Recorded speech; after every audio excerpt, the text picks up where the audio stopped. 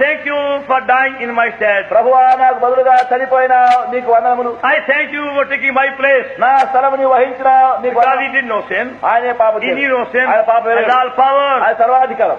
Yet he gave himself. ఆయన తను అర్పించుకున్నాడు. But not for himself. He has no need. ఆయనకి అక్కర్లేదు, ఆయన కొరకు కాదు. Are the angels? దూతల కొరకు. They have no need. అక్కర్లేదు. Are the animals? They have no need. వాడికి అక్కర్లేదు. He died for you and me. ఆయన నీ కొరకు నా కొరకు చనిపోయినాడు. And he rose again. ఆయన తిరిగి లేచాడు. For our sake. మన కొరకు. For justification. మా నీతి కొరకు. Thereby these few words of thanks, ఆ కొన్ని కృతజ్ఞత గల మాటలు we can be transformed. That మార్చబడ్డాయి. happened to me. అట్లా నాకు జరిగింది. And I said, I believe it. నేను చెప్పాను, ప్రభువా నమ్ముతున్నాను. I asked him, go.